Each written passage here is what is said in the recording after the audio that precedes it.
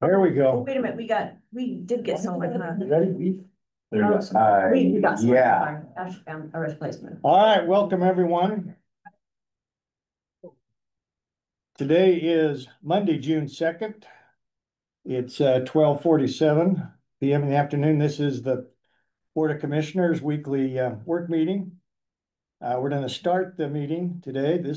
I'll be chairing today. Commissioner Gage Furrow with me is the Commissioner Jim Harvey. We're excusing Commissioner Sharon Bolo. She had another commitment. So anyway, welcome. I'm going to start the meeting with the discussion and or action for approval of those minutes for the work session held on May 19, 2025. Seems like we missed a week there, but we did. Yeah, we had that holiday. We had a little holiday. Anyway.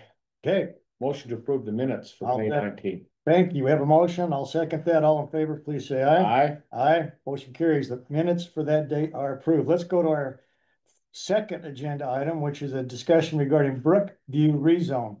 Felix Leverino, Charlie Ewert, Rick Grover, Lima, and Gary Myers are all here. We've got a few extras with us, but Felix, you're listed. Go ahead. Yes, thank you, commissioners, and good day to everybody.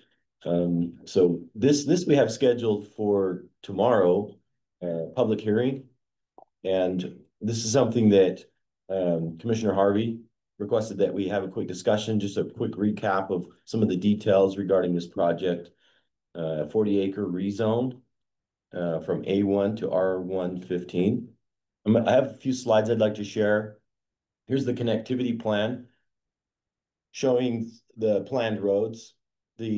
You'll notice that 1400 South there on this map shows it as a minor collector. That's an 80-foot right of way. And then you have just to the south of that, you've got 1600 South Street, and that's a I want to say neighborhood. That's a neighborhood through street. So that one's 66 feet. And then those interior neighborhood lots, those are all 60 feet right of ways. Okay. And then going on to this map, I brought this in a little greater detail to show you some of the connections that will be made to adjacent properties. So you can see, if you look all around the edge of this, you've got two outlets to the north, two to the west, two to the east, and two to the south.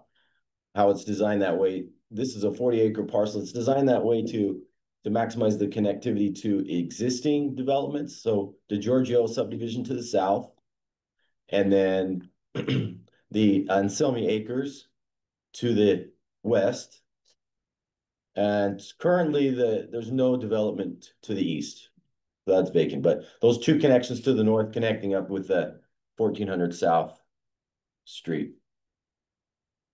Here's the street cross sections. Again, those interior neighborhood streets, this is what you'll see. You'll see the street trees on both sides.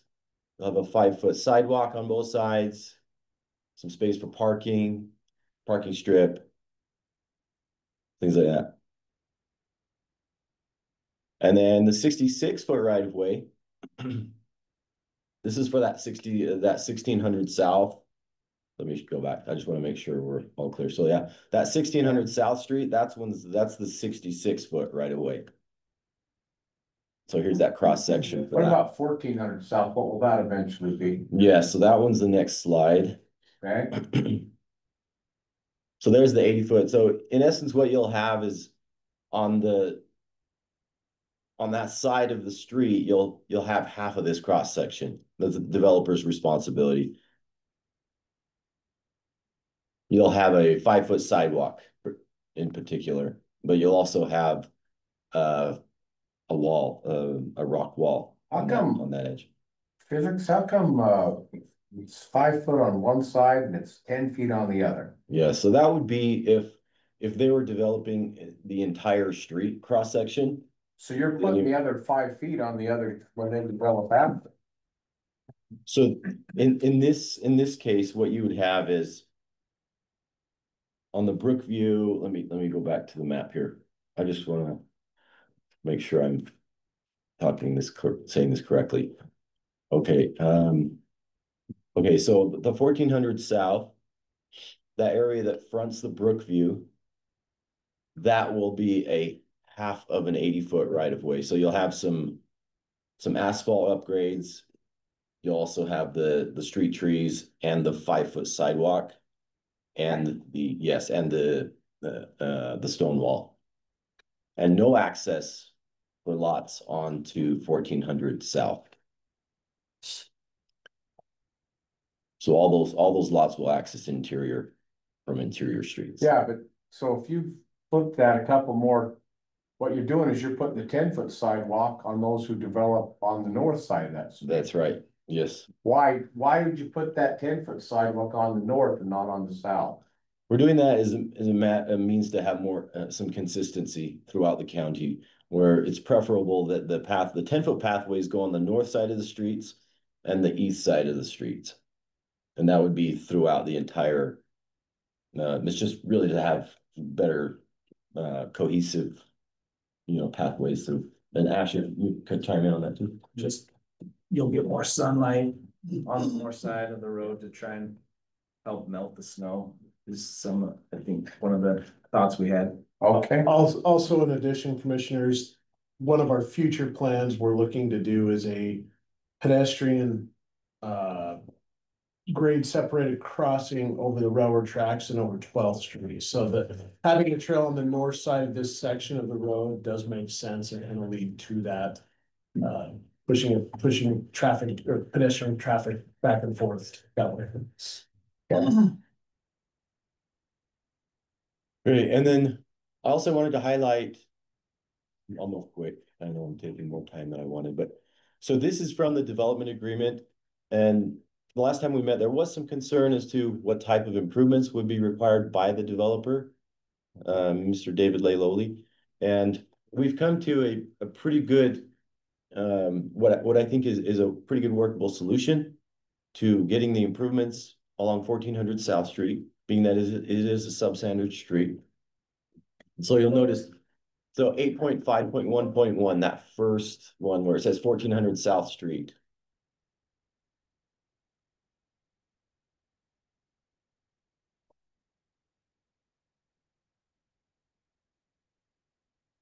All right, Paige, go back to that overall map, that viewpoint again. I want to see where those connections are.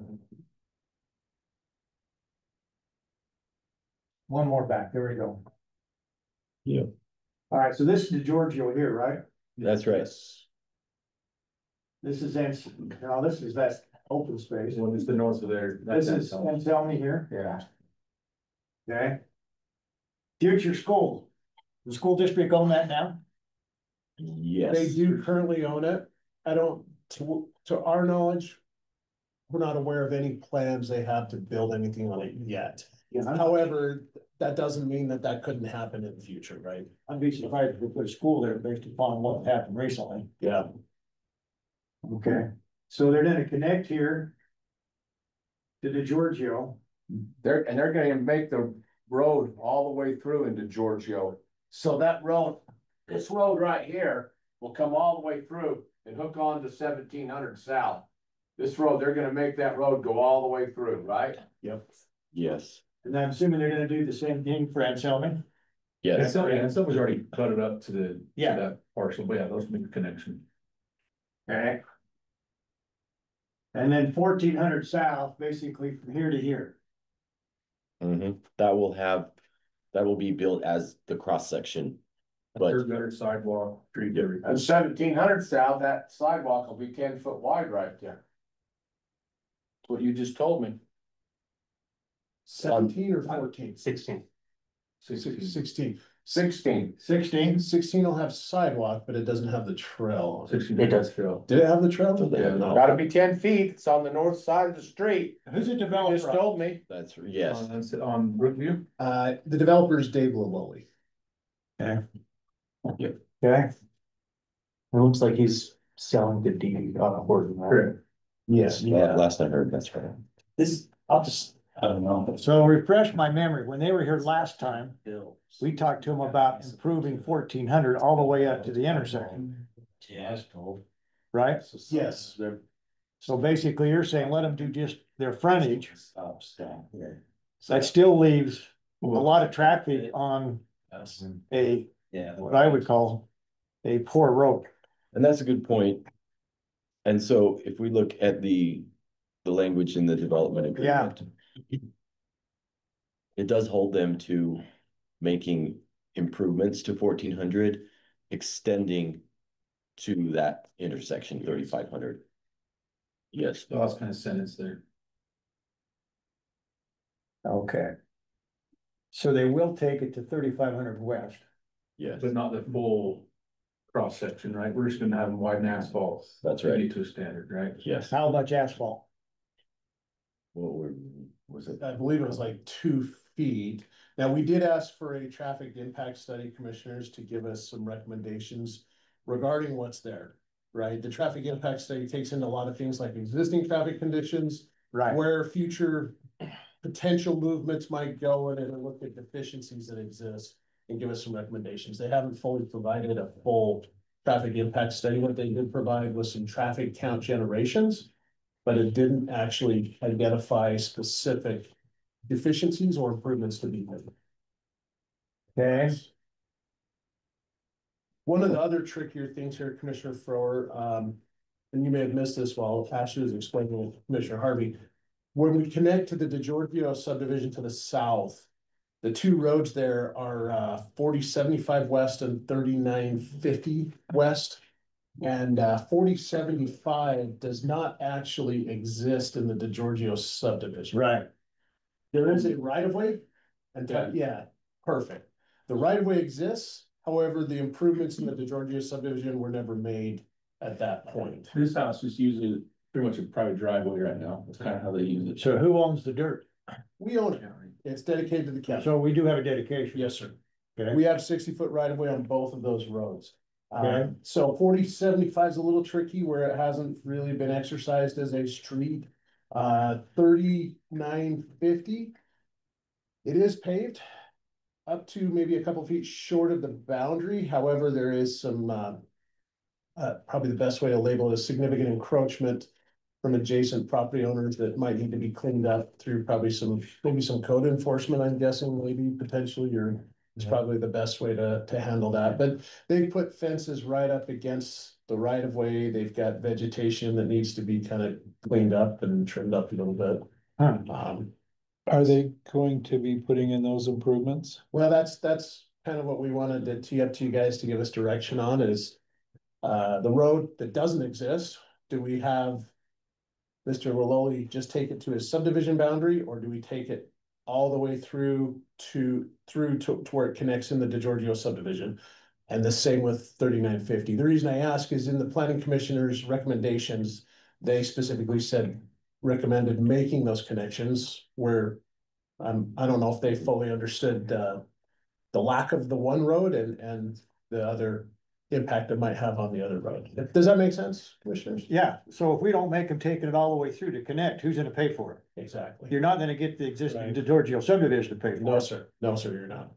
That's You're an gonna older get subdivision. all the other people and then incorporate Weaver County to pay for it. Yes, That's right. I think that leaves one option, and I don't really care for that option much. Yeah. Yeah. That's why we wanted to tee it up to you for some direction on that, commissioners, and see what you want us to do. Commissioner Harvey, thoughts, comments, questions? Well, it's too bad that the Giorgio, we didn't have them do that in the beginning, but that was a long time ago. Long time ago.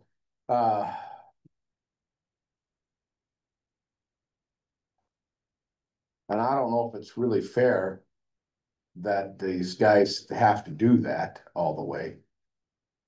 From a fairness perspective,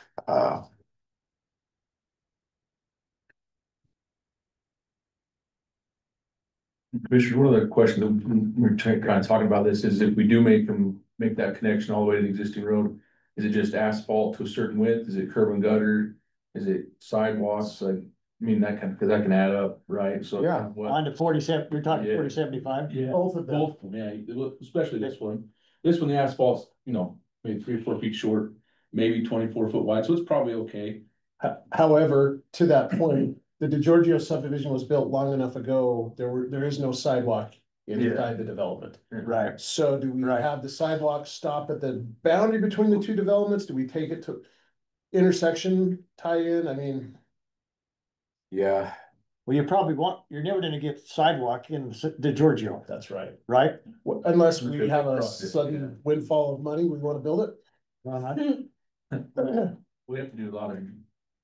There- Storm drain too, because. it's Yeah. all- And it would be a, Hold on, finish that thought. We have to do a lot of storm drain as well, because why? There's not a lot of storm drain infrastructure in the Giorgio subdivision. it's kind of a drainage swell adjacent to the Yeah. road. Yeah, And then it hasn't really been exercised for sidewalk, the right of way, so. Right.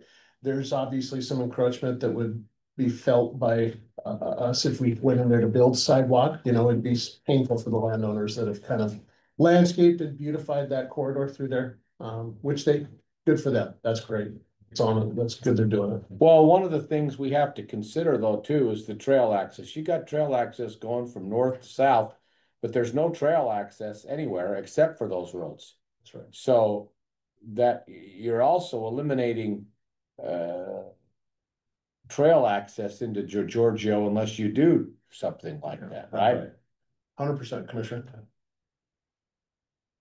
How's it written right now in the development agreement as far as those connections? I don't know. Does it mean just stub to the boundary, or is it kind of define it as improving within the other subdivisions? No. The necessary street improvements. Okay, let's see, connections to Giorgio. Developer shall make the necessary connection, street improvements to 3950 West Street and 4075 West Street. As determined by the county engineer in the sole discretion of the county engineer.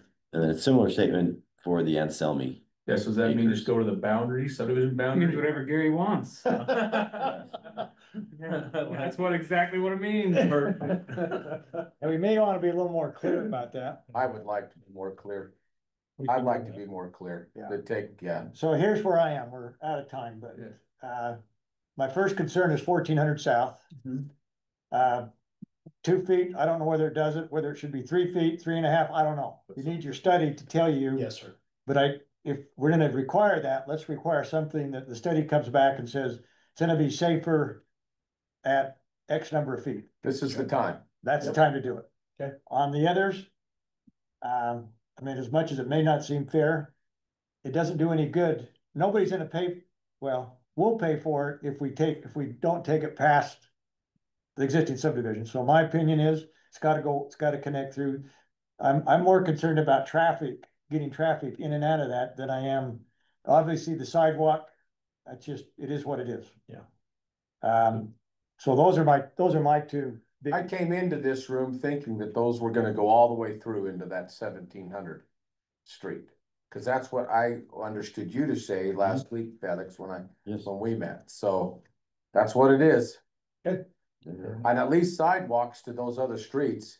Okay. You're not gonna get sidewalks, but I would say sidewalks gotta go to the other streets too. Okay. That's gonna make it. Oh, those guys that live along there are gonna be not happy. We'll get with But code to the- enforcement, we'll move some fences. Is that what, Rick? Is that what the? DeGiorgio, is that what that says in the original agreement? It doesn't say that in the original agreement, but the planning commission did talk about that, those roads going through. Do we own the property and the right of ways? We own the right of way. We own the right of ways, now's the time to, then that even more so, then that's what he's gotta do is go all the way through there. I think we're in agreement there. Yes. Okay, get your study and then, Figure out what we- but I think we need to make sure. That we clarify, so there's no dispute. That he's gonna come back and say, all you gotta do is take it to my subdivision, it's gonna be up to the Giorgio to do the rest. Yeah. I don't wanna fight that battle, Yeah. so we need to get with our attorneys and make sure we have language in there. That says that. We do that? Yeah, we can do that if you want to specify, yeah, we can do. Yeah. Well, I always like to be a little more clear than unclear for some reason. It seems to save some lawsuits. Okay, great. Okay, anything else? Yes, I guess the final question really would be, do you think this would remain on tomorrow's agenda, or should we postpone it? I don't have an issue with it staying there, as long as you, Public hearing? yeah, Okay, So we're good with it? yeah, sounds great. Yeah, just be aware that you're gonna have the traffic study back or is the traffic stay what it is, what it is? No, we don't have the full traffic study yet, no. We may want to add a couple conditions in there that addresses that, and then also the road connections. what I would do is just save us a little headache tomorrow or a little time. just say that this is a staff recommendation, maybe incorporate what we just talked about.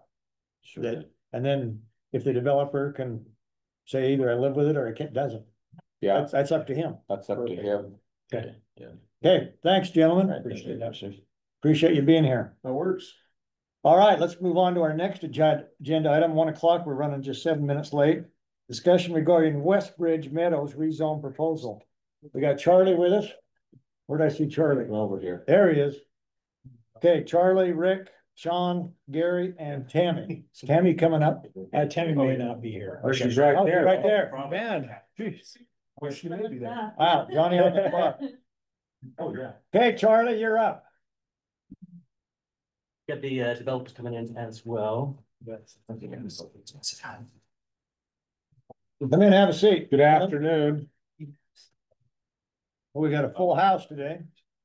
Oh, you sitting over here? Welcome. Thanks. Sorry, we're running just a little behind schedule, but we'll catch up now. Charlie is the man about speed. There you go. Hey, good luck with that. I was laughing. Commissioners, thank you. Go ahead. Thanks for this time. I've got a couple of things to hand out for you guys. Some things that we haven't looked at yet on this project. This is the Westbridge Meadows project. What I've just given you is the Planning Commission recommendations on the first sheet. The second sheet is the memo that was the final memo that the Planning Commission reviewed for this project. And then that packet is the master plan for the project. Those. And then, let's see, I think that was it. So, as you guys know, we've tried to divide this off into a few smaller pieces. It's a big project, 1,400 acres or so, with roughly 13,000 or so dwelling units being proposed over the next 50 or so years. A couple of things that we've spoken with the applicant about is the need to talk to you guys a little bit about density and a little bit about phasing, a little bit about timing, to make sure it's pretty clear that we're not talking about 13,200 dwelling units tomorrow. But we are talking about somewhere between 0 and 13,200 over the next 50 years. Excuse me, let's see. I'm getting on the Zoom so I can give you guys a couple of little tidbits of information here.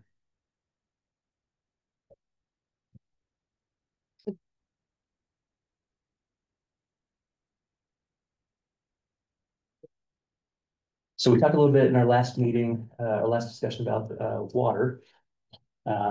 So today a little bit about density, and we just kind of wanted to get you guys' take on this. We know it's a big ask, but if you look at how many development rights are entitled through zoning throughout all of unincorporated Weber County, we're talking in the 30 to 40,000 dwelling units just in the A1, A2, AD3, F5, you know, all those zones. So everything's already zoned in the unincorporated area for density, just a matter of getting entitlements for it. So just because we're offering 13,000 units doesn't mean that those are going to show up tomorrow. It can't mean they're going to show up tomorrow. The market is still going to govern how this is going to shape and work out in the long run. But we do know, because we've got developers asking the question, that right now there is a market for dwelling units. And I don't know if you read the paper the other day about the governor's address on housing availability and lack of housing availability in the area. This is the general Wasatch Front area, but we know a lot of the vacant land left on the Wasatch Front is up here in Weber County. Frankly, you know, both sides, Weber County, Ogden Valley, and Western Weber. But Western Weber seems to be a little bit easier picking, a little bit lower hanging fruit, because it's already closest to good transportation infrastructure network. So really the question, this is kind of boils down to the same subjects we talked about when we talked about water.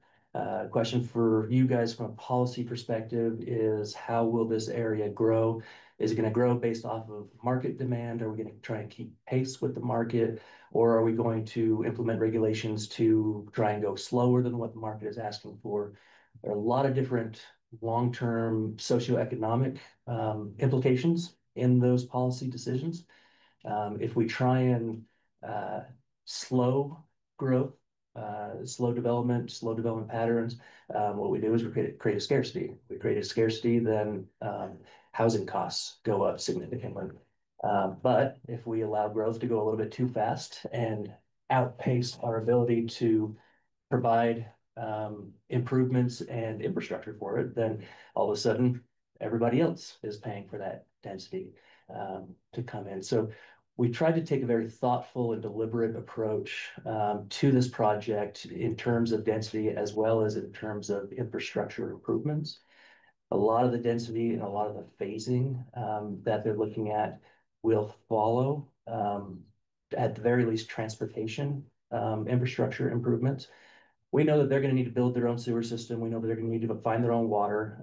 We know that most of their drainage and flood water and all that those kind of facilities are all boundaries in kind of things. It's a big enough project that, and it's isolated enough between the river, railroad, 7500 West. There's not a lot of overlap between what they're providing inside of their boundaries and what needs to be provided for the growth of the rest of the community outside of the boundaries, with the exception of transportation, roads, trails, pathways. We even have asked them to reserve some land for two potential train stations, track stations, and a linear 60-foot wide linear easement for potential tracks lines to go on the south side of the railway. So when we're looking at the density and the growth in this project, our biggest concern was that the folks who currently live in Western Weaver County are going to have to deal with a lot more traffic at a pace that they're not ready for, that they haven't seen in the past. I know when we were starting our improvements on 12th Street, when we were looking at buying parts of front yards out west of 4700 West, we had a good conversation a good 10 years ago with his landowner saying this is an improvement need, this is a safety improvement need. And a lot of them came forward and said, hey, we've got a lot of concerns that if you're widening this road, you're just going to widen it for more development to happen. Now, chicken and egg, right? Does the development come because the road got widened, or is the road getting widened because development came? It's a age-old question, but we do know that we have built an expectation with those landowners. So one of the things that we wanted to make sure these guys were clear about is we don't want to see the level of service on 12th Street drop below a level service C. Right now, for the most part, for most parts of the day, it's level service A. Maybe it goes down to B every once in a while, close to that 4700 West intersection. We don't want to drop below C before we start seeing other improvements and accesses to this property. So one thing that we've written into the draft development agreement that you have in front of you is as soon as 12th Street starts to approach the bottom side of level service C, either 2550 West needs to be built with a bridge going into the project, or 1800 needs to be built with a bridge going into the project. So we based the phasing off of that kind of a need. The first phase is they can get X number of units until as long as they've got sufficient emergency egress over the river. So they have to have a bridge over the river to do that. Second phase is based on the loading of 12th Street. Third phase is based on the loading of 2550. And then the next phase is based on the loading of 1800. We don't want to see 12th Street, 2550 or 1800 after the bridges are built over the river. We don't want to see those going to greater than a 3-lane road until each of those roads have hit the level service C capacity, right? We don't want to have a 5 to 7 lane road on 12th Street or 2550 with and not have any kind of traffic load on, for example, 1800 South. So are you saying they all have to hit that? What if two of those roads are worse than that, and one is there just because people don't take that road? I don't want to wait for the last one to have to trigger to do it. So I would almost say, gosh, as soon as the first one, I don't know. It is our option. So we're not saying that we won't make things happen until XYZ happens. We're saying that they have to make things happen when certain things trigger. So if, for example, you do get 12th Street really overloaded and overburdened But we do have 2550 installed and we do have 1800 installed, but all the traffic's still on 12th Street for some reason. We still have the controls in the way the development agreement is written to say, hey, we need improvements on 12th Street. So we're not limiting our ability to make improvements on those streets. We're requiring them to put in improvements based off of those phases sequences. Does that make sense? It's translucent. Okay. So question, Charlie, so when you say that would be their requirement, how, but they don't own the dirt right now for 2550 or 1800. Yep. How do we then force them to do that? So are the development rights, or I'm gonna call it permits, tied to that? They are. So once we hit that threshold, they come in and say, okay, I just sold this new subdivision to this great group out of California. They want to come in tomorrow and start 2,000 homes. But we've now just reached our capacity on 12th Street. Now what are you gonna tell them? We're gonna tell them they don't get any more permits until. Right, Is that how you understand it? correct. Okay, Yeah, that's right.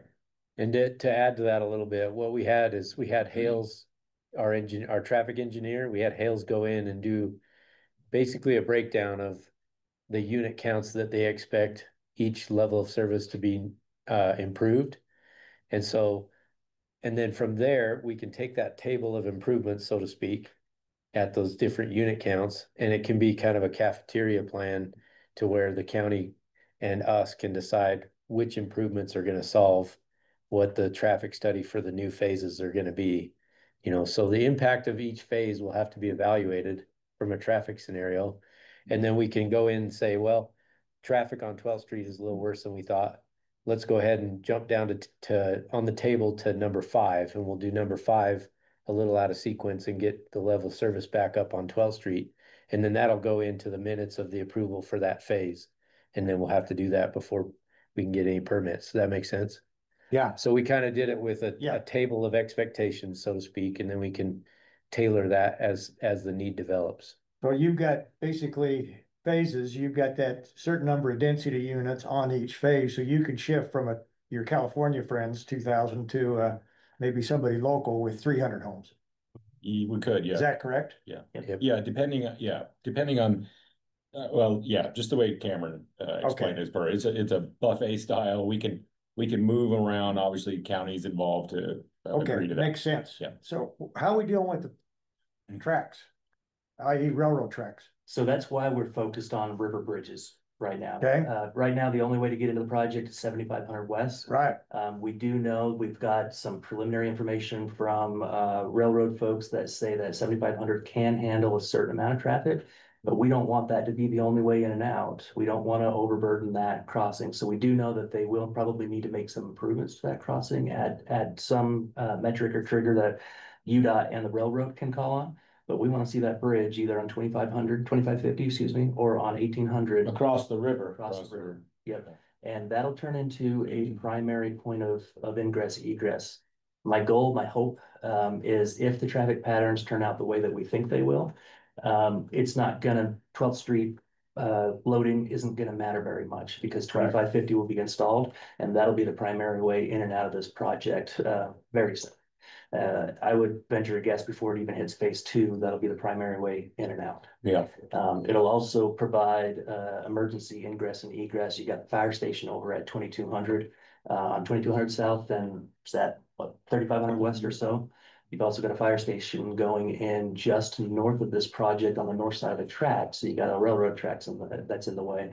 But you've got some pretty decent access if we've got access going over the river.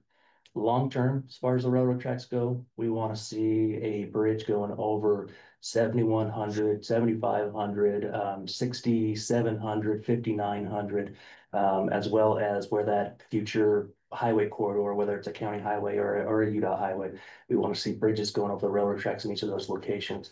We will be looking to these guys as far as that highway corridor goes to anticipate that bridge. But as far as those other roads go, we're asking these guys to reserve the space for bridges.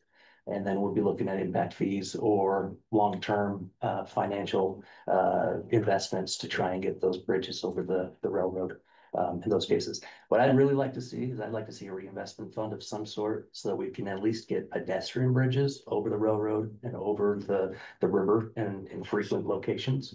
But the funding is going to be determined in the long run for all that. So we're hoping for a lot of ways to get across the railroad and a lot of ways to get across the river in the long run. That's a staple in your general plan, is to try and break down those natural physical barriers that are in your community. Well, you talk about the traffic load on 12th Street. I'm sorry. Oh, go ahead. You talked about the traffic load on 12th Street, but to me, that's just not gonna happen. Until that first bridge is built. Then that's gonna trigger that. Yep. Mhm. I think you're right. Commissioners, I'm submitted a proposal to the inland port this past weekend. And I go before their board in a week. They have agreed to let us apply for a PAD to put that the 8300 railroad bridge in, and it would come out of tax increment from the inland port project area. 83? 300. It would service the port. Across the railroad. Across the railroad. Okay. And I go before their board next weekend, next Friday, Okay, to see it. So we've got that piece working with the inland port. So that would hopefully divert most of the truck traffic that way.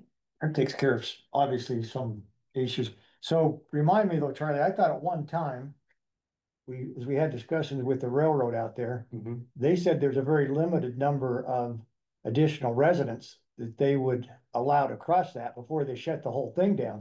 Am I thinking right, or is this a bad dream I Of had? course you're thinking right. That's exactly right. Now, So, I mean, they just basically said, hey, No more. we get so much traffic, we're just gonna shut it down. Yep. So 75 goes away.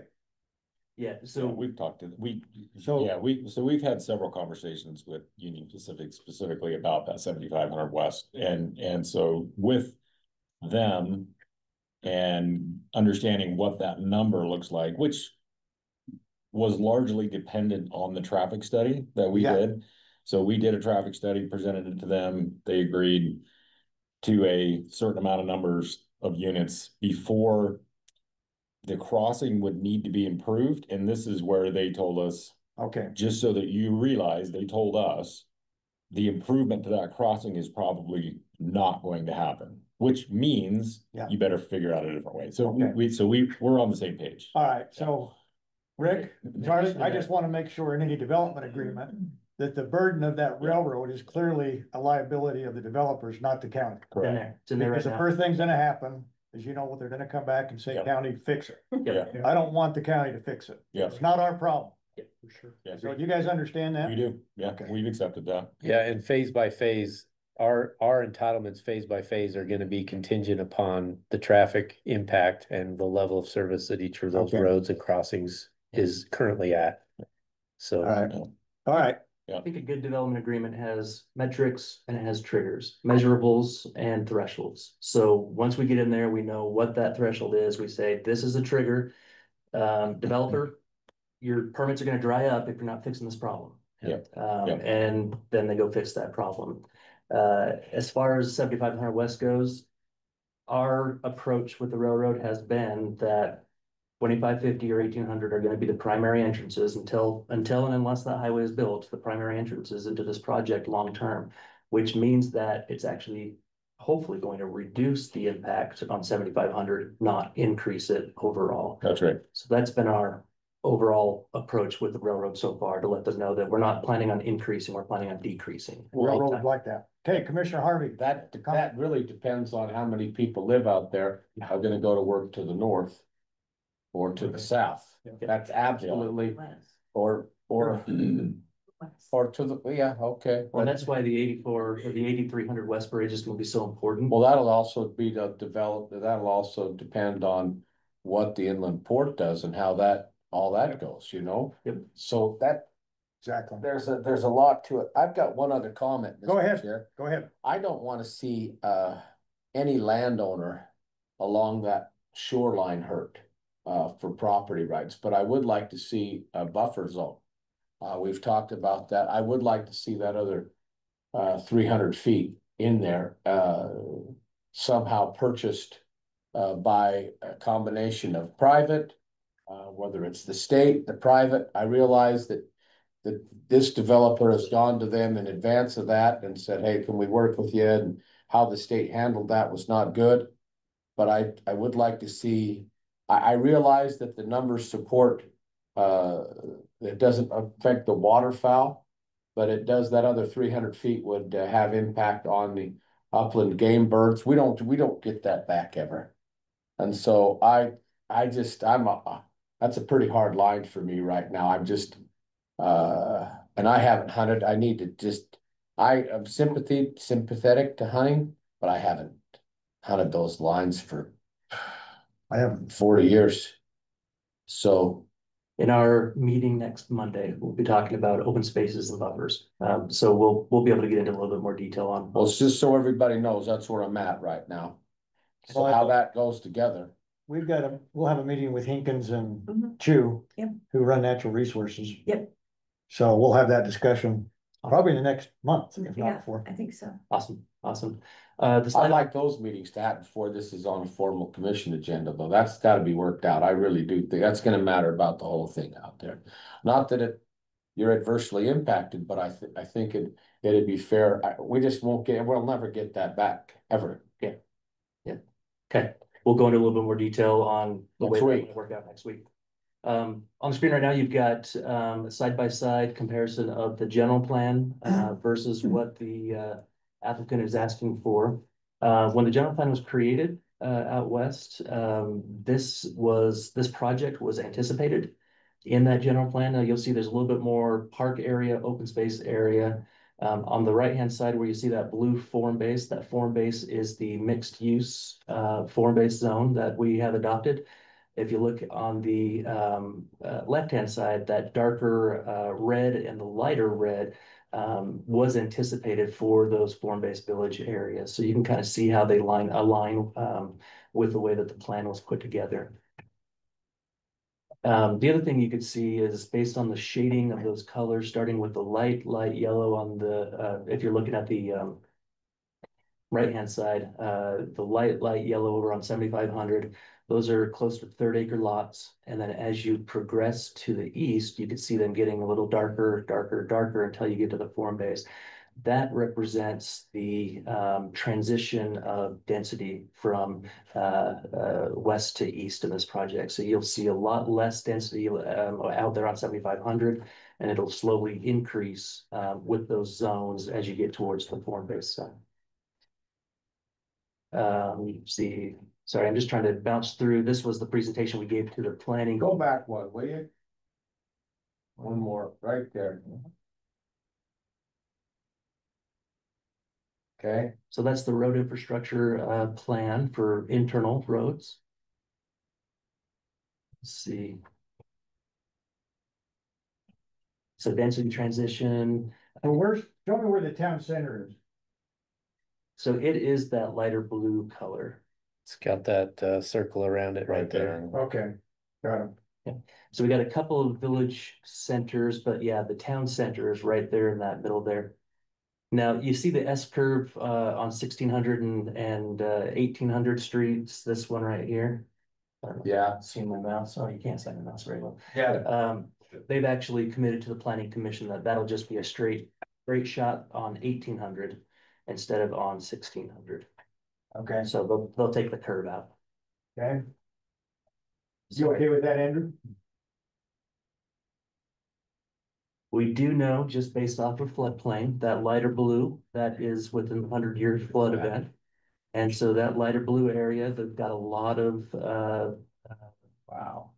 mitigation that they're gonna need to do with the federal government. We are the floodplain administrator, so they'll be submitting applications through us for letters of map revision with FEMA. But they do intend on doing some mass earth movement out here to make those adjustments in a way that does not move water onto the west side. Was that all floodplain to the east? You had blue? It's a Barlow. Yeah, yep, that's all floodplain out there, which good and bad. We've had some developers express a lot of interest in some possibilities out there on the east of the river. But the fact that it's in floodplain doesn't seem to make them blush. They're willing to work with the federal government as well to make whatever adjustments they need to. One of the reasons the floodplain looks like it does is because there just has not been a ton of floodplain improvements done out here. It's just been farmed. And every 100 years or so, you get something that washes out the farms and they got to go redo and start over again. But so there hasn't been a huge reason or impetus to do flood proofing in the area. Now we've got developers interested, and so I think we'll see a lot more of that happening. Traffic mitigation, battery. You're okay, we see it. Yeah, we got it. The S curve goes away. Yep. So there we go. So we got internal traffic mitigation, then you got external traffic mitigation. This is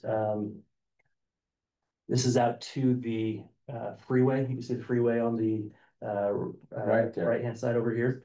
So what we have in the development agreement is that we are going to be expecting at these major nodes some significant investment based on their traffic loading. So we'll be counting how many units come and go from their project, and we'll do the math and figure out at each of those intersections what improvements are directly related and proportionate to this project. One thing we don't want to do is we don't want to create a situation where the taxpayers are paying for road improvements because we've had growth happen. So this is a more comprehensive approach, regional, area-wide approach, as opposed to just looking at boundaries in. One of the things I've expressed to these guys is a big what's the word? A nuisance or annoyance on my side of things when it comes to development is knowing that my tax dollars and your tax dollars go into a big fund that the state spends to build highways that go to new development, as opposed to developers paying for access to the new land that are being developed. So these developers have agreed to pay for their proportionate share improvements. Okay, Okay, with that in mind, looking at Charlie, you go by them clicks, you click, click, click, click, I can't read that fast. I was only trying to get to every other slide as it is. So we're looking at a 30 to 50 year build out. If you look at 30 to 50 years, and you do an average across the board of 13,200, you're looking at 264 to 440 dwelling units per year. So the number is big, but so is the time. 264 to 440 is nothing compared to what we're currently permitting as it stands. And when you look at 1.2 million square feet of commercial floor area, one super Walmart is 100,000 square feet. So we're looking at a handful of Walmarts out there. So it's really not a significant amount of commercial floor area today. Now the market may change over time and that may shift, but they'll be coming to talk to us before that happens. Okay, phasing based on traffic demand. Hang on, let me get you to something. Oh, so we got land is being reserved for a potential freeway or that highway that we've been talking about. Land is being reserved for a byway to go out to the port.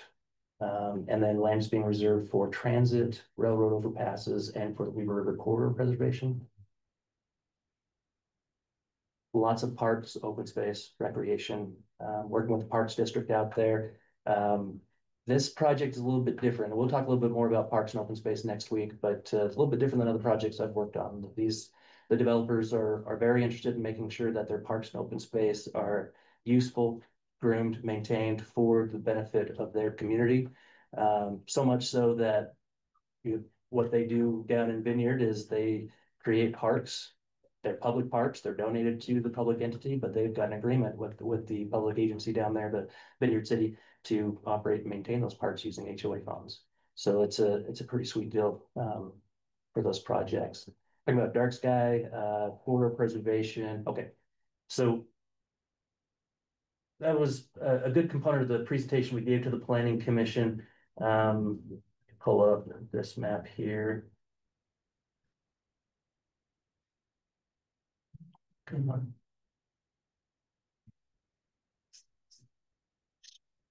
So if I take Google Earth and I overlay their project plans, that blue boundary, that's where their intended phase one is. the purple magenta boundary, that's where their intended phase two is. Right now, as it stands, those are the only two phases that they have contemplated from a build out perspective, given what the market is doing and can do, and given what we're asking for from them in terms of street infrastructure improvement. So you can see it goes down to the river on the east side, it goes over 7,500 on the west side. After phase two, that just depends on how the traffic load is coming in on 1,800 and 2,550, what the market is demanding at that time. So phase two, what are we, 10 years out, probably? Yeah. More than 10 years out? Probably up 10 years. Yeah. Phase one and two, what's your density? Total? Yeah. About 2,500. So for the next 10 years, we're talking about 2,500 units. After that, that's when we could start having to get really serious about street improvements. And that's when some bigger improvements from a floodplain perspective are going to be needed to continue to build northward. We've got, because of the way they're phasing, we've got those triggers and the metrics built into the proposed development agreement that says you've got to have a certain amount of the block filled out. You've got to have streets that are going in the right direction. So as they sell to subdevelopers, any one of these blocks or multiples of these blocks, we don't want to see partial streets going out to the middle of nowhere and then ending and then having no market to finish.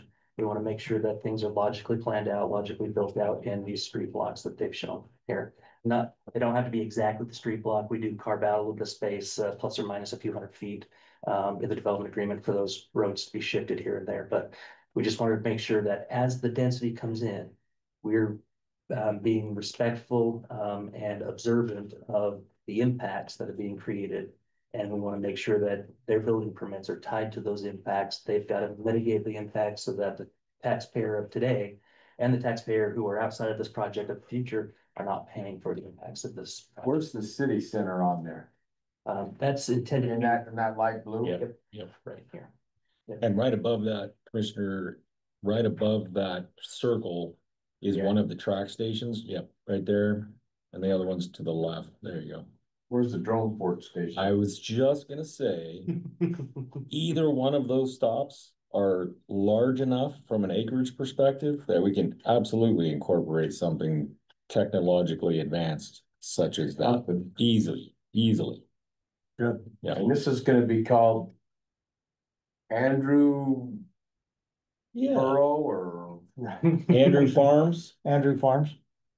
No, it's gotta be a city. There's gonna be a city name out there. There you go. Cameronville or what? I voted for that. What I wanna do is Vetoed. I wanna put one of those water tanks above ground, you know, the one that you see back east Yeah. with big old picture of Cameron. That's what I want. We don't want to scare anybody away though. Like it. Okay, Charlie, what else? Any questions for you guys for us as far as density goes? So what are you looking for us today? Is this informational only? Informational, any questions and you know, input that we can provide, you know, Charlie always does a great job. Andrew, anything you need to add to this? No, not today. I think it's a good project. Okay, so I got one for. couple things. Let me just add to this. In past conversations with the gentleman by the name of Gary Herbert, who happened to be a governor I know, a few years you're ago. friendly, yeah. As we got into debates on legislation, we both agreed the market will drive the market, not necessarily what we do here today. And then another governor that we currently know by the name of Spencer Cox, conversation with him said, and I've told you this before, good infrastructure drives good development. I believe both those concepts exist today. Now, I like, Charlie, what you've done here. I like the step approach. That concerns me. I mean, that concerned me before. Again, water and sewer are gonna either solve or they're not. That comes down to the infrastructure. Yep. Okay, so I'm not to be worried about that. What I look about is, okay, is this a good spot, good location for the citizens of this county to put residential and commercial development on? As I was out there, I had boots on the ground, just on the other side of that river, looked across the river and saw your piece. And I still go back to the concept, look, if we're going to preserve any type of agricultural use in this county, then we better start putting homes on ground that is not that productive right now, that has answers to water and sewer. So I'm warming up to the concept here. But I think in the best interest of housing, in the best interest of trying to preserve some type of agriculture, which is not gonna happen ever probably, but at least gives us a short time frame that maybe we can take pressure off of our ag ground and put it on locations like that. I agreed. Yeah, No. it is largely unused. So that's where I'm at. So you've answered a lot of my questions as far as this phasing. As long as those kind of the red flags came up that I mentioned, that I just don't want future commissions to have a potential, well, why didn't those guys think of that? Yeah. You know, we had little Jimmy Harvey there and he should have Yeah, thought of that. yeah. So I just want to make sure Right. that when this thing gets approved, that there's nothing comes back and said, well, you know, so-and-so promised me that, or now we want the county to chip in Right. 20 million bucks to fix the problem. I don't want to be any problems. There are problems in development, but guess what? They're your problems to solve, to make sure you take that problem away from the county. Yeah, and as a developer, that was our goal going in. We were asked to think about the challenges with where this is located. Yeah. The productivity of the ground was always a consideration.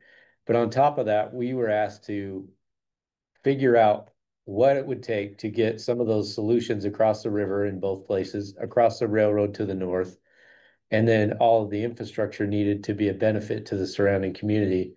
And we've taken the approach of, if we do this right, and we get enough units that the size of the development can pay for those improvements across the river, across the railroad track, and the improvements to the roads across the property that benefit the inland port later, then that sort of development can really ensure that the rest of Weber County can stay more agriculturally based.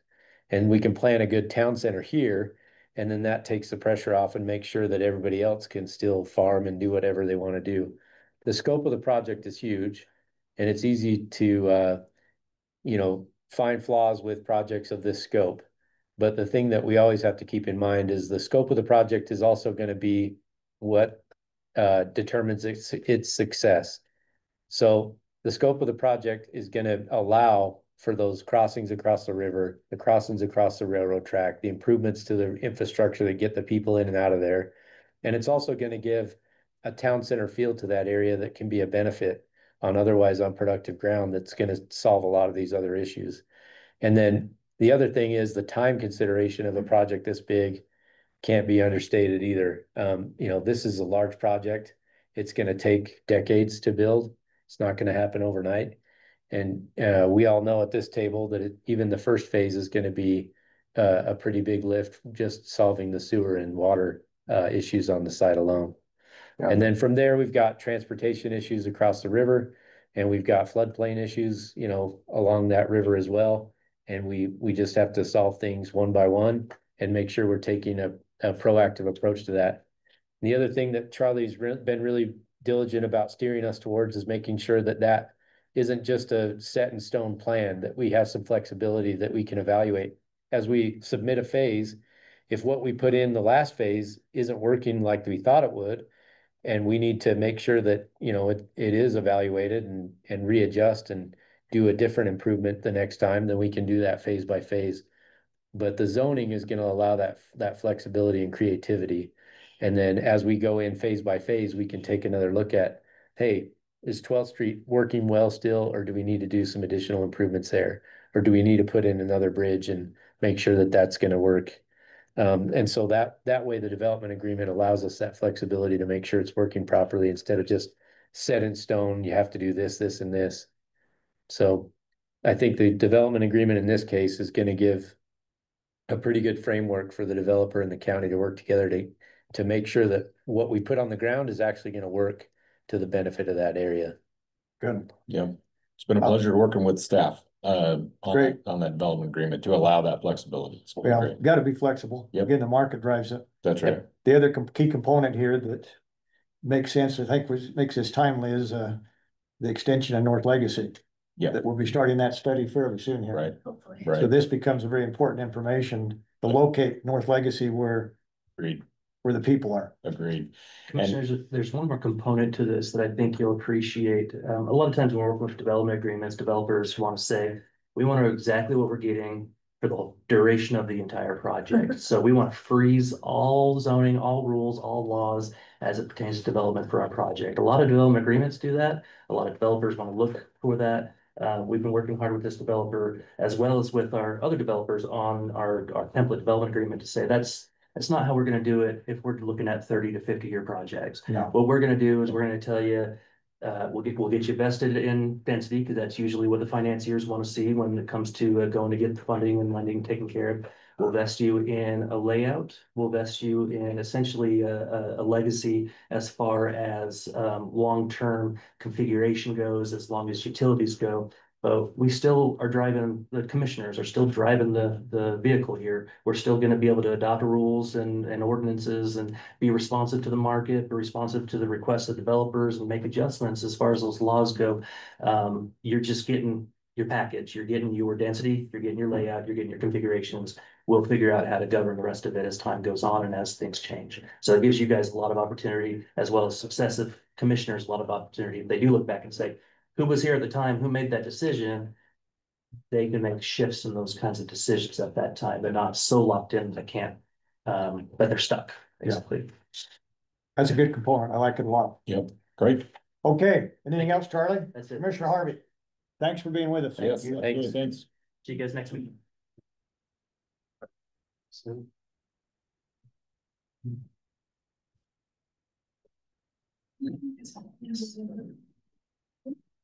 It must have been pretty exciting. I got like 15 guys asking me to call Who, Gary?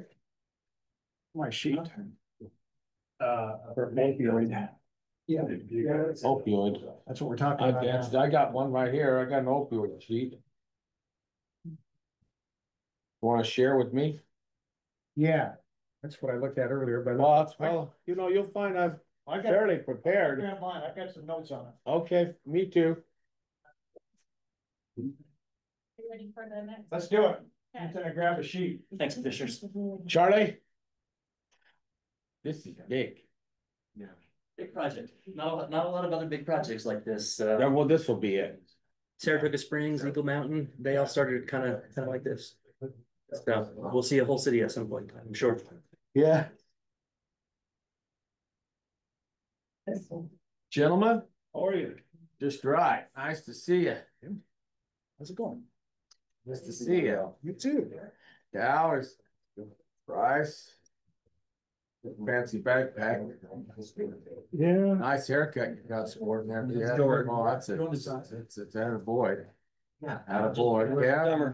Tim, how are you? Good. Gage, how are you? Good. How are you guys doing? Well, you know, I used to hate them butch haircuts. I love them now. I do too. I gotta get the name of your barber. Yeah. Well, I was thinking I was gonna give you the name of my one that my wife, they put those beads in the hair for the summertime. You kind of looking like a hippie. Well, you know, I wasn't a bad generation. No, man. I'm the only one of all my friends that have any hair left, and so my wife keeps telling me I need to grow it out longer to Lucky. make them all. That's what I hear as well. Yeah. Do that. Grow your hair out. Yep. All right, welcome. Sorry, we're running just a little behind schedule. Got a little carried away with the last one. Let's move on to our next agenda item, which is a discussion regarding opioid funds with Weber Human Services. Linnell's here with us. Chris Crockett is, come on up here, Chris. Scott Park, Kevin Eastman, Jed Burton. Okay, and we'll get to Weber Morgan Health on the next agenda item. Brian, just so you know. That works. All right, Linnell, you're first. Well, so we met with the commissioners a couple weeks ago and they had some questions on these two proposals and we didn't know the answers. We're like, do you want us to bring these guys in so they can answer the questions? And they said yes. And it was really Commissioner Bowles, I think, that had the majority of questions and she's to a funeral today.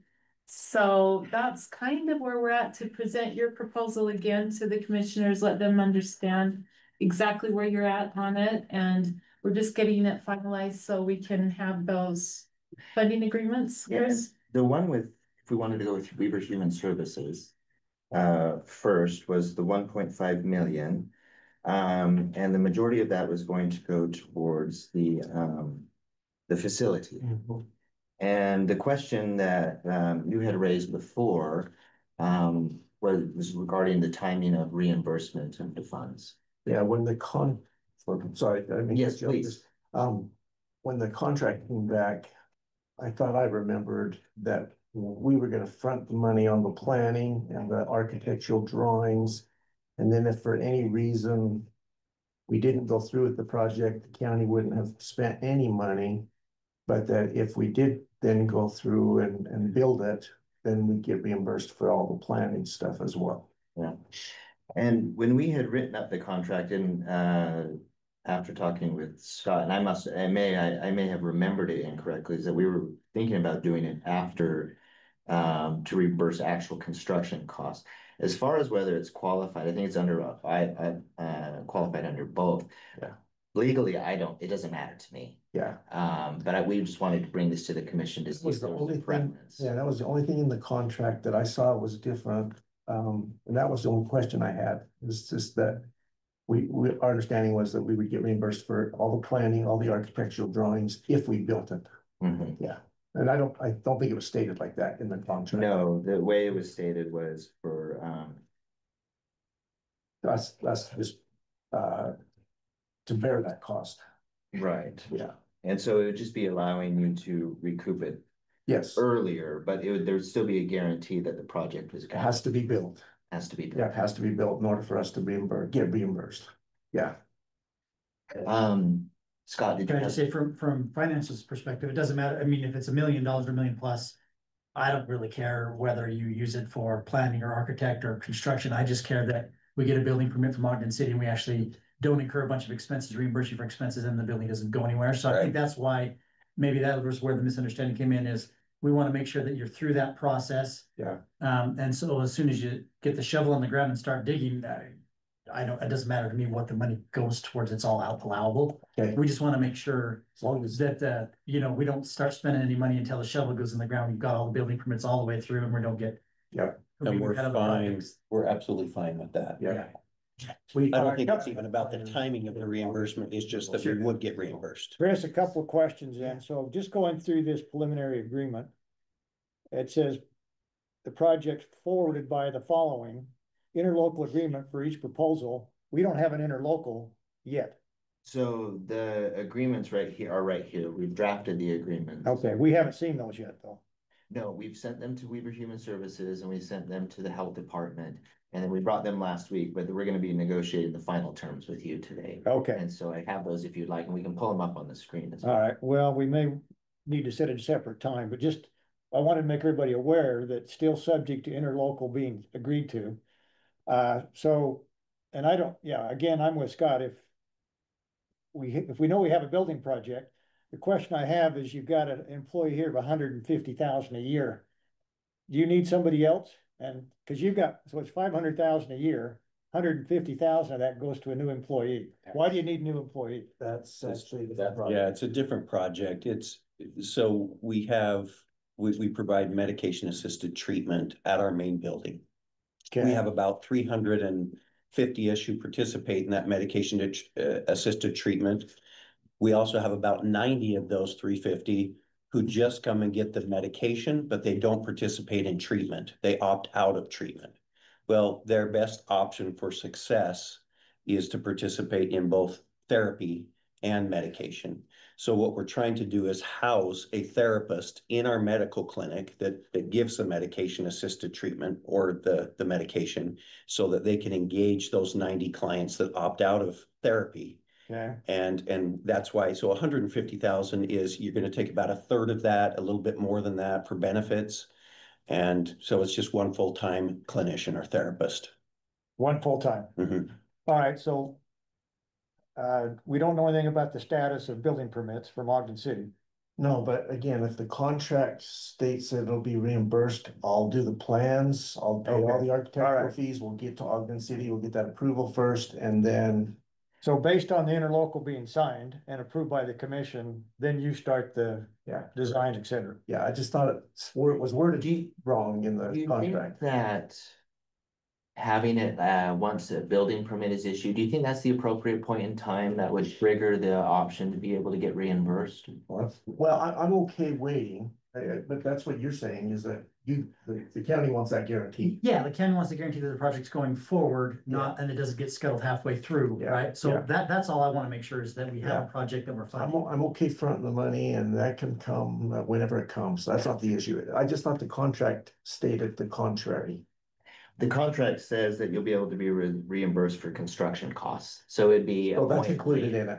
You what? So the all architectural fees and all that's included in construction costs. That's why I wasn't sure. I can, if the commission's okay with me modifying it to include that, I'm happy to do that. It doesn't matter to me. It's a qualified expense. I think just wasn't my main, sure. my main question is, so you've got basically $1,050,000 in here for building. What happens if your bid comes in at $1,500,000? Which very well could happen in today's market. It probably will. It'll probably come in higher, and that's, I think we talked originally that we would just have to come back and see if you'd still approve it or not. Or the organization's actually gonna have to put the bill. Okay, but you understand right now, it's basically 150 and 350, and I'm assuming that's what the interlocal's gonna say, right? Chris? Yeah.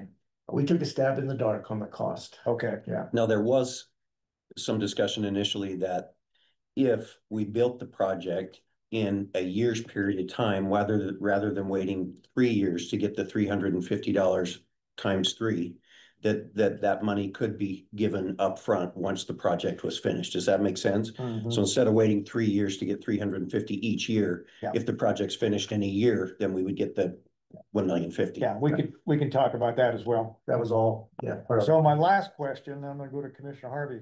So what benefits is this gonna do under the settlement? Is it we don't have any prevention here, it's all treatment?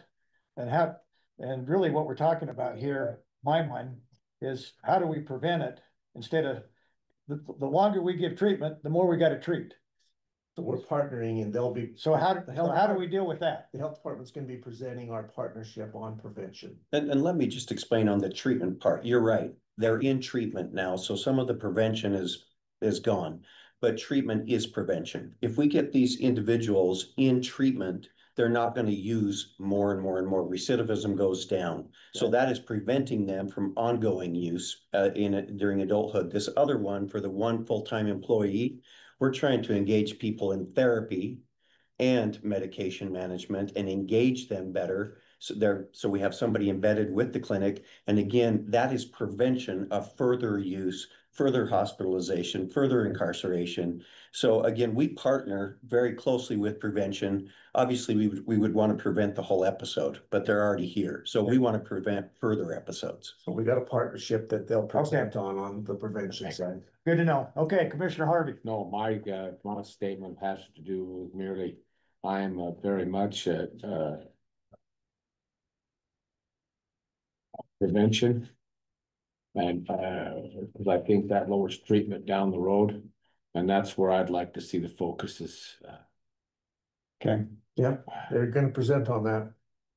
Okay, he's gonna be on the hot spot in just a second. Anything else? Linnell, anything from you? No, I think that's good. So are you using that person now, that $150,000 person? Have you already? We've advertised the position, but we have not hired because we're waiting on the funding to be granted. Okay. Okay, so just so we're clear, at least I'm clear, is we get permission from Ogden City for the project to go ahead. Once that happens, you'll start the drawings, the engineer, et cetera. I'll have to do the drawings before, and I'm willing to upfront that cost. Okay. Yeah, All right, because they'll need to see what the facility is. but I'm just saying our experience with Ogden City, Yeah, I know. I want to see that in writing, Absolutely, something that can't be retracted. absolutely. Yeah. We're right there with you. Because they're not very friendly as far as, I don't think I have to do full drawings, but I gotta give them a pretty good concept. Okay. Yeah, well, just be aware of that. Yep. That concerns me. Okay, Commissioners, are you okay if Linnell, Scott, and I work with Kevin and Jed to just open up some flexibility, provide some more clarity on that paragraph? and Chris, I'm okay. I just didn't realize that construction meant those other things too. That's Well, all. So I think if we can, we'll just make sure that it suits what you need to get you. So all you you're gotta not do is making- construction to include Yeah, drawing like and design. drawings for things Yep, like that. great. Awesome. Should be an We'll easy. we'll put a couple sentences. I don't think there's a problem with that. Okay, Commissioner Harvey, That's good. you good? Okay. Anything else, gentlemen? No, I have total faith in these guys. We know we're partnering. Can we be dismissed? Okay, you're done. Thank you. Thanks. Thanks. See ya. Sounds like we're on the same page. Yeah, and I believe Sharon's question is about this proposal. It is. Yeah, so. Yeah, Sharon left us with some instructions. Okay, thanks all. Thanks. All right. We're now back, wow, we're almost on time. That makes me a little nervous. See, I'd probably be a lot nervous. All right, let's now go to the Weaver Memorial Health Department. Same topic, opioid funds. We have Linnell with us, Chris Crockett, Scott Park. Bryce Sherwood's here with us. He's in charge of that program, and Brian Cowan. So Linnell, start with you again. Oh, well, we just Same want to thing. get some questions answered on the proposals, so go ahead and present what you. We're still on the previous item. Sorry, we're You said come in. We love the confidence. Bursting into the room. Yeah. all right. So I'm gonna go with Bryce or Brian. we'll tag team this one, Commissioner. So we've got, again, your proposal. Same scenario, we've got to get the interlocal put together. It has to have commission approval before anything goes anywhere. Right. But some questions we have basically had to do from Commissioner Bolos. She questioned the amount of money spent on summits, on basically on these sending 5 people to these seminars. Okay. And so I guess what I would like to hear, and I know that she'd like to hear it, is number one, why 5 people? And then what outcomes do you expect from that in the way of prevention? What do we get for our dollars? Tell me that. Well, let me start by saying we recognize that this prevention efforts in our community can't all be done by just our organization. Right. And these summits that we're taking people to, these aren't all staff of the health department, they're community partners. And it's helping us build that network of people in our county that can focus on the prevention efforts, make the referrals, make sure we're reaching the target audience in our county and have the biggest impact. So really, for us, it's part of team building with our community partners as we approach these summits and helping get people in our community trained on the newest prevention efforts and be aware of what's currently happening in our country. I think it's a certain level of people as well. We've invited Commissioner Bolos, Julie Johnson, who has been a part of this committee from the first go around, Brian, and getting some of those key leaders really in building that infrastructure, because those positions don't turn over as much as a frontline staff member. So if we're looking at really the 18 years over this settlement, we need that infrastructure on a county level and make sure that these things are in place, the understanding is there, the data evaluation, everything that way. Okay, so exactly what areas you're gonna hit in terms, how do you increase prevention in this county? By sending people, you say there's a plan out there, what is it? So I think there's multiple layers to that. Building the network is probably the first step for us as we start to strengthen those relationships with our partnering agencies, and focusing on developing what's the best programs for our community, and identifying what our needs are and really putting a strategic plan together on how we're going to approach opioid prevention using our department, Weaver Human Services, United Way, other community partners that participate in this realm, and building community coalitions. A lot of the training that we're going to these summits have workshops and training on how to build strong collaborative coalitions, how to use people in the community to help strengthen the message and take that message out into the community, and really how to have the largest impact on our prevention efforts. What would you add to that? I think the 3 proposed summits or conferences are intentional. One's a national conference where Brian and I just went to one, got to hear from Our Health and Human Services elected official, Robert Kennedy Jr. Got to hear from the general, that's not right, the district attorney. Pamela Bondi. So you get to hear some of the national perspectives, what science is going on. Another one is a local one on coalitions and how to build a coalition, which isn't just a group of people, but there's a science, there's models that we work on. And then fall conference is another one. So those are the three, and that's a local one. The RX Summit and the fall conference have different disciplines represented. So it's not just the prevention, but there's also law enforcement, there's school involvement and different tracks to help train this infrastructure within the county. The other part that these funds help go to is we look at some of the proposed activities, working with our law enforcement and tracking our overdoses and helping them, working with our providers and our prescribers, making sure that when a prescription is administered or given out, that we're not just giving out pills like crazy, that there's a medication plan to it. So again, the activities also feed into those summits, that if we have our built infrastructure, then we can build this throughout the coalition, which is a lot of what this will do. It's our super team, substance use prevention, emergency response. We have law enforcement, school, health department, human services, medical, both hospitals. We've got it pretty comprehensive tracked. And so we have a strategic plan that focuses on all of those pieces. Again, the prescribers, providers, we have something that looks for enforcement, the prevention side that really is the universal or primordial stuff that happens when you're in elementary school, working with our families. That's our school component, and then also working with just the coalitions. So all of this is built in together. So we're not just doing this over here and that over there. They're all connected in a very intentional purpose or manner. Yeah, we're really looking for that coordinated effort. Okay. So talk to me about your personnel. It looks like you've got, well, 65,000 there, another 16,000. So you've got close to 90,000 just in personnel. Are you hiring new people to do this? How many FTEs are we talking to run this on a? So what it would be is a half-time person plus just a few hours from me just being the director over the programs within community health, and then an epidemiologist for 2 hours. So it'd be 65,000 the first year, 66,000 the next year, just with the 2% increase in wages. So that's for half.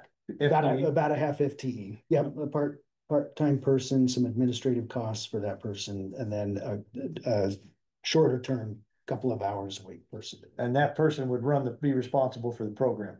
There's a state grant also that provides 20 hours. So we'd have a full-time position and braid these fundings together. So we're not dependent on any one piece of funding. We'd have a full-time person to help run the state and these settlement dollars to make sure we have a comprehensive approach. So you are working with the state then? Yeah. That was gonna be my next question. Yeah, Commissioner Farrar, that's one of the disadvantages of some of the grant funded positions we have over at the health department, is if that grant funding dries up, then we don't have the resources to maintain that employee. So our strategy at the health department has been to find several different funding streams to support our grant funded positions. And this is one of those examples where we would combine closely related programs, closely related grant objectives, and try to get that workload completed with multiple funding sources. Got it. May I ask, are these all gonna be new services? These are already existing in your budget and we're just using the funds to fill in that budget. The only reason there's a statute that prohibits us from doing that. It has to be supplanting anything. Okay. In that way, it would be braided and coordinated, but we wouldn't be supplanting and paying for this out of a different pocket. We walk that very carefully. Okay. So a lot of these would, if it was paid over here with the state grant, we would shift it and only do here. We would not duplicate or double report. Thanks. I think that's what you're asking.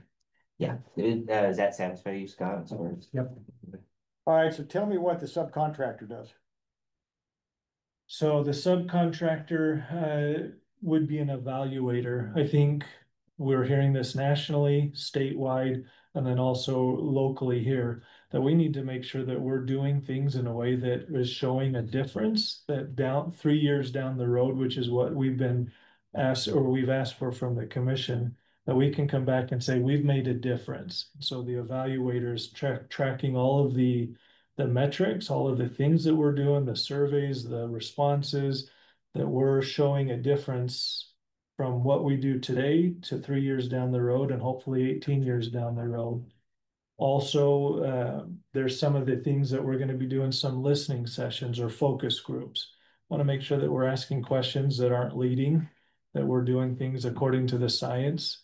And it's just to help us make sure that we're evaluating everything along the way. So you can feel comfortable going back to your state people and saying, we've made a difference as well. That's very important. As So, long as they're, sorry, go ahead. as long as there's a metric that shows here to here. Yeah. Very much is what Kevin Eastman and Jed were talking about, outcome-based performance. Right. Outcome-based is really important to me. I love it. So Yeah. talk to me about your 100,000 for positive messaging. Commissioners, that was something in a few meetings, well, a couple months back with meeting with Commissioner Bolos, that it was agreed to take that out. And so the request is just for the first portion, the 500 and I believe 37,000. So tell me the amount again. Was it 537 See, total? So take 300,000 off for that. 7,481. Yeah, which we have a signed agreement already encompassing that, but without the commissioner's signature, it's already gone to the health department for review. Okay. So the positive messaging comes out. Of course, the commissioners that you could put that in if that's a decision up to you.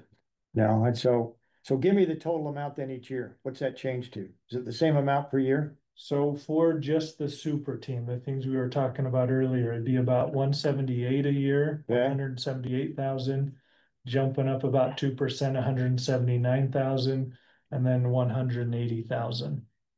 Okay. So basically scratch off 300,000. Is that correct? Okay.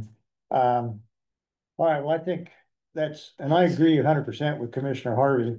Now, my next question was going to be, how do we measure results? Or, as I said right here on my sheet, outcomes. And I guess my only point is, if your evaluator is going to do that, but quite frankly, my position is I don't want to wait 3 years. Sure. I want to make sure that's in our interlocal that we have 6 months annual reports as far as progress being made. Because as far as I'm concerned, if we can't show outcomes, we can't show progress being made, we've got other places to put this money. Sure. So I just want to make sure you understand that this is not going to be a grant that 3 years from now you come back and say renew it. I'd like to do a 6-month yearly review for this amount of money. And just If you can, I think that'd be good. Then you'd be able to show the metrics. I think that'd be great. and if nothing else, if it's 6 months, you come back and say, this is where we're working on, but I'm not gonna go 3 years and then have somebody come back and say, nothing happened in the community. What did you guys do? Allocating, 1.5 million, $3 million to this, that there hasn't been a change. In fact, the change has been, there's been an increase in opioid use. Yeah. Which I don't want to see. No, I appreciate that perspective, Commissioner, and we're well aware of that in the prevention side of things. It's a difficulty we struggle with and demonstrating the benefits of the efforts that we make, but we're also experienced in putting that information together and reporting on a regular basis through a number of our grants. So, adding that to us, I think, to this agreement is really workable for us. I think it's just a 20 or 30-minute conversation. Hey, here's what we've done. Here's what appears to be working. Here's who we're working with. And I've actually got a conversation with Luke Rasmussen tomorrow. The more that I kind of step into this world, the more I talk to people at the state. This program has to be started in elementary, junior high, high schools to do any type of prevention. If it gets to this stage, Agreed. Then it's all about treatment. Agreed. And that's where I lose it, because this is about prevention.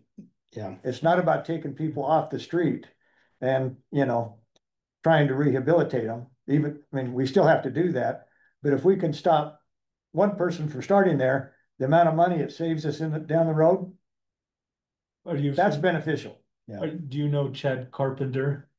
And then He's the assistant superintendent under Luke. Okay. He sits on this super team. He's a part of this, all of what we're doing. Yeah. I'm glad to hear that. I'm not. Yeah, and that's as we look at our strategic efforts in approaching this in our community, we recognize that prevention starts early. Yeah. Schools are a big part of that, but we've also learned through the years that schools can't do all of that for us. And that's really what kind of emphasizes to us the need to have other community partners available and working with us in this process, so that where we can't interact with kids as they're going through school, we have other resources and opportunities to do other outreach as well. No, that's great. I mean, I'm not telling you how to do your business, because it's I don't claim to have any of the answers, but if we don't start asking the right questions, we're never going to get there. Yeah. So I just think we need to look at that. And obviously we've got our partner with United Way that Linnell's working with these nonprofits. So yeah, I agree. It's bringing a whole collaboration of different groups, different people together to kind of brainstorm to see where you go. Right. But even at that, I look at this and I say, these three basically spend every cent we get from opioid funds in a year. So if we were to stay at this every year, is that the biggest bang for our buck too? I mean, we've got to look at that. Now, granted, I don't think Weber Human Services, once they get their building, they're not going to need 350,000 a year. But, we hear the sheriff saying he wants money. I don't know if he'll get it or not, but if he does, that's going to come out of this pot of 20 million, so we're all in it together to try to figure out what is the best, most effective way to spend this money. Yeah. Well, the Health Officers Association has been speaking with our state legislature over the last few years about this opioid funding, and kind of a proposal or an outline of how we think the funding should be spent. In the beginning, a high emphasis on prevention, just for the reasons Jed discussed, is we're addressing that program, people in that treatment. Sorry. Yeah. Treatment is, and then gradually over time, as we see the effectiveness of the treatment, we're spending more resources on the prevention side so that we can work these two things together and direct the funding in the streams that have the most impact. Because if we have a high investment right now on the treatment side and that's effective, that can reduce our opioid use, right? But we have to also be working the prevention side at the same time, so we're not adding more people. And over time, if our efforts are effective, we'll see that transition, and we should have less of a demand on treatment, more opportunity for prevention, and further reduce the problem in our community. Yeah, because I keep going back to you guys' statistics, which are great. I love getting those updated ones. Thanks, Bryce, for doing that. But I mean, nearly all 90% of all those who were admitted in Weber County for substance use disorder treatment in 2024 reported they had first used drugs other than alcohol before the age of 18. I mean, when you start reading the statistics, and then less than half of those that are admitted into treatment programs are actually succeeding, so that's where you start looking at those statistics and you're like, man, it seems like we've got to nail it at the prevention. We've got to nail it at the start, not after they're already down there. And I personally have friends that have spent hundreds of thousands of dollars on treatment on their kids that went back into the use. I mean, there's no surefire way to treat this type of, one thing might work for one person, not for another. Sure. And so, I mean, it just seems like hitting the prevention side of it is so much more effective from me, who's a layman who doesn't know what you guys know, but just looking at what the statistics are pointing to, it's like, we've got to nail that somehow. Well, and I think part of that science suggests it's not the individual only. We have to look at the individual, the family, the community, and the whole group all together. And so part of this plan is to not just work on that individual level, but to work within all of those spheres of influence for those people. Strength of the community is the individual, strength of the individual is the community. And that's why this is put forth the way it is, following that science. Okay, Commissioner Harvey, None. any last words? Appreciate it, thanks. Commissioner, just to make sure I understand, so we have a yearly reporting requirement in the contract already, October 1st by statute. But we have to have a report. If I was understanding correctly, we want to modify the contract to do every 6-month report. Yeah, I'd like. Maybe just the criteria of the statute. Yeah, I just want a 6-month update. I don't know. Obviously the final report I think is good, but I'd like a 6-month update. We'll work together to So, come up with. I mean, language. We'll report, not report, but we'll collect data quarterly. So we'll have it available. If you need it in 6 months, we'll get it. If it's an annual, if you want it quarterly, we'll have it. well, I think that helps you. It's just a time to brainstorm and say, hey, look, it looks like this program is working very well. Can we shift money from this over to here?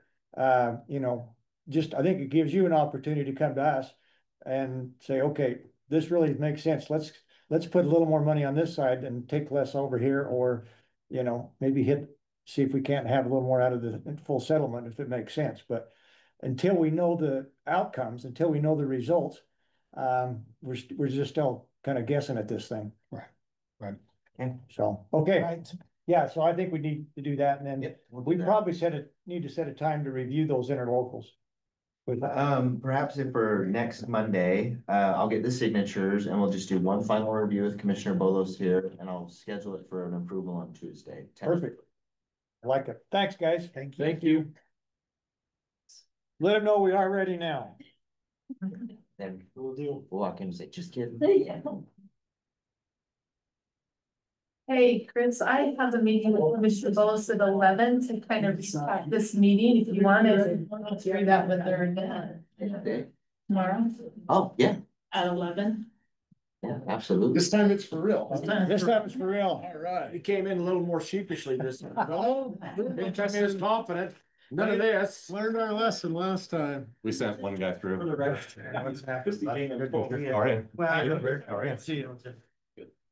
See, does everybody else have a copy of this?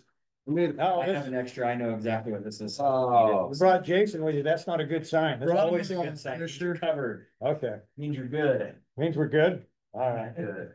All right, we're now on our next agenda item. Sorry for the delay.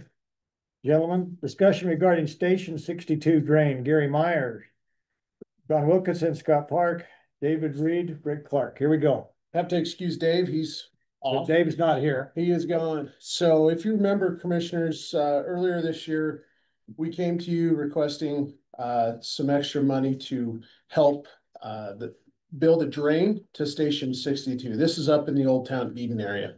We have a project that we just finished up there, which we installed some storm drain from the entrance to the Eden Acres subdivision down into the Pine View North Fork area. We didn't have enough money to even finish that project, let alone run anything east for Station 62. Station 62, and Britt, correct me if I'm speaking out of turn here, but they've kind of got a major drainage issue up there in front of the station. So I can recap what the problem is up there.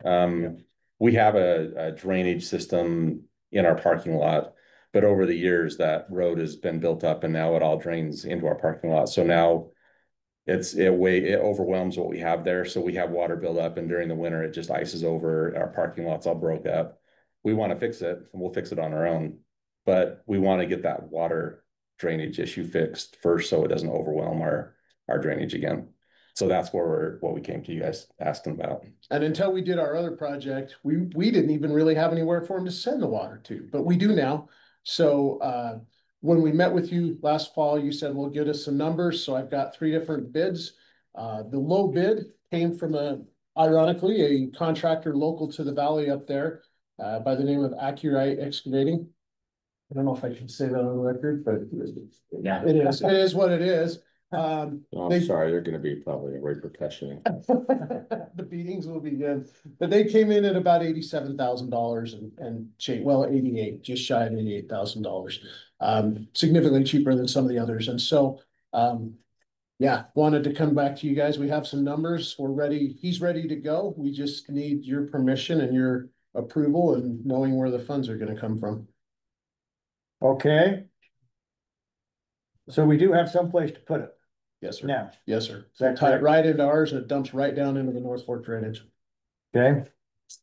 Does it cause any, I mean, is there an unintended consequence for this, Gary? No, we designed our system to accommodate this, quite frankly, knowing this would be coming, because we've been talking to the chief and others for a couple of years about this, and I kind of asked them to hold off till we got our system installed and in place, and Yeah, they've been patient. yeah, we've known, and so we're just kind of waiting to get everything lined up, and so we brought it up again this year, Yep. hoping that we can get started soon so we can be finished before weather turns bad again. How many years has this been a problem?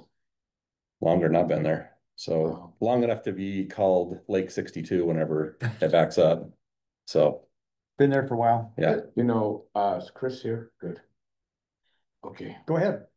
You know, we seem to be accelerating the amount of fixes we have on the east side of the mountains. And I don't mind continuing with this, although these are things that a city will likely or would likely have to bear. It's the right thing to do to make sure that it's good, but I'd like to put that, those funds, you know, we have that little pool of money that we may, not shall, and this probably got to be flagged there. Yeah, I don't. Well, that was gonna be my question is why wouldn't we just let the new city do this? It's up to you, commissioners. The direction I got was get us some numbers and we'll see where the money's gonna come from. And I understand you're doing what you were told to do.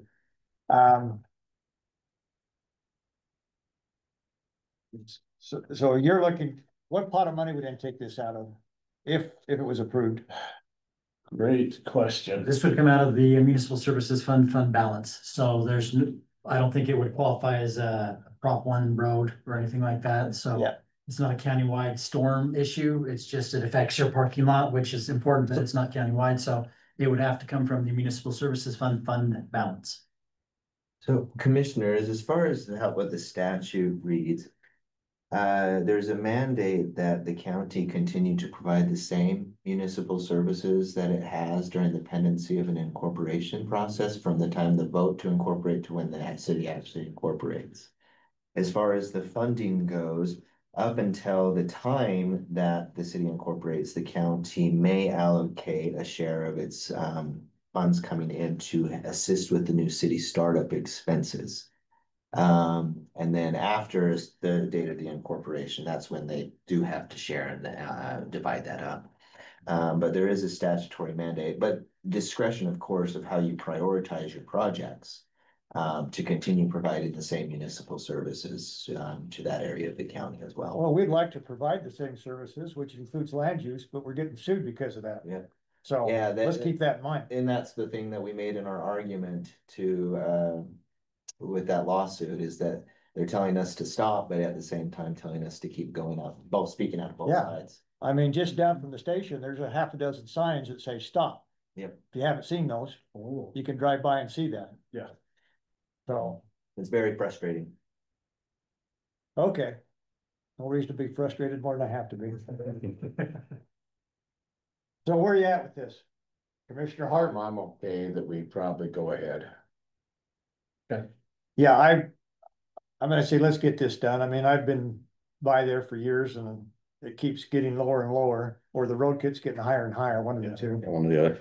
So, but let's make a note of this, Sean, Yes. that when it comes time to do whatever we're going to do with municipal service, this becomes memorialized. So look, we just county put in $87,000 for this that very well could have been passed to the city.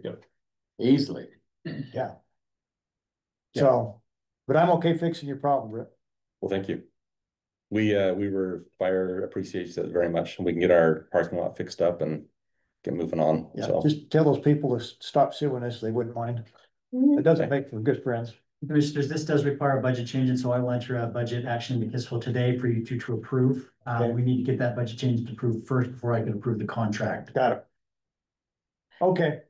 I'll work with you on that. I don't mind saying this in an open meeting. We have submitted our motion to dismiss that lawsuit. It's fully briefed. We're waiting for John Lewis's attorney for their motion to dismiss to be briefed, and then we're going to submit it to the court. But we feel good about our position. Yeah. Well, I do too. I just find it interesting that every time I open Ogden Valley News, which doesn't happen very often, there's articles in there about donating to the legal fund because they don't want the commissioners to approve any more PIDs. Yeah, like we were to listen to the paper, we wouldn't be approving this one. No, it wouldn't. Well, we're hoping to get a very strong statement from the court, saying that it's not their position to invade on the legislative branch. Yeah. We don't think the court has any jurisdiction, and so I can't always predict these things of how they're gonna go, but we're pretty confident in how the case law reads. Yeah, well, I don't disagree with that. We'll see how it is, but anyway, we'll continue to do our job. Yeah. Making sure we make the right decisions. In this case, I think it's the right decision regardless. Thank you. Yeah. So if you'll get that budget change. We'll get it in for today. It'll go to Sean today. As soon as Sean approves it, it'll come to you guys. Okay, gentlemen, anything else? No, we're excited to help the fire department out. Thank you. Good, thank you. Thanks, commissioners. You got a good group of people up there in the valley. We do. So are we off the record? Or still. I think well, I think you guys know where we stand. I mean, we are participating in the PID with you, so. Yeah. Yeah, if they asked us, we would definitely tell them. Anyway, it's not your dog to fight, but. But we appreciate it. I mean, if we had to wait for the new city, honestly, if it went to them, it would be years, if not happen at all, so. Well, that's the we really reason appreciate you doing it. that's the reason I'm a yes vote on this because, yeah. It's gonna be more than their capacity, they're able to do it. It'll Oh, yeah, hit I them agree. like a brick wall. So thank you very much. Thanks. Appreciate it. Tell your folks, good job. Thank you. Thanks. Thanks, commissioners. All right. Well, we are almost back on schedule, but not quite. You need a break or you okay? No, but I tell you, I'm going strong. Wow. All right. Looks like we're gonna go into closed session, discuss the person exchange or lease of real property. I'd entertain a motion to go. Mr. Chair, I'll make a motion that we move into closed session to discuss purchase, exchange, or sale of real property. Lease of real property? Yeah, I'm gonna second that. Roll call vote. Commissioner Hart. Aye, aye, aye. Commissioner Floor votes aye. We're now in a closed session.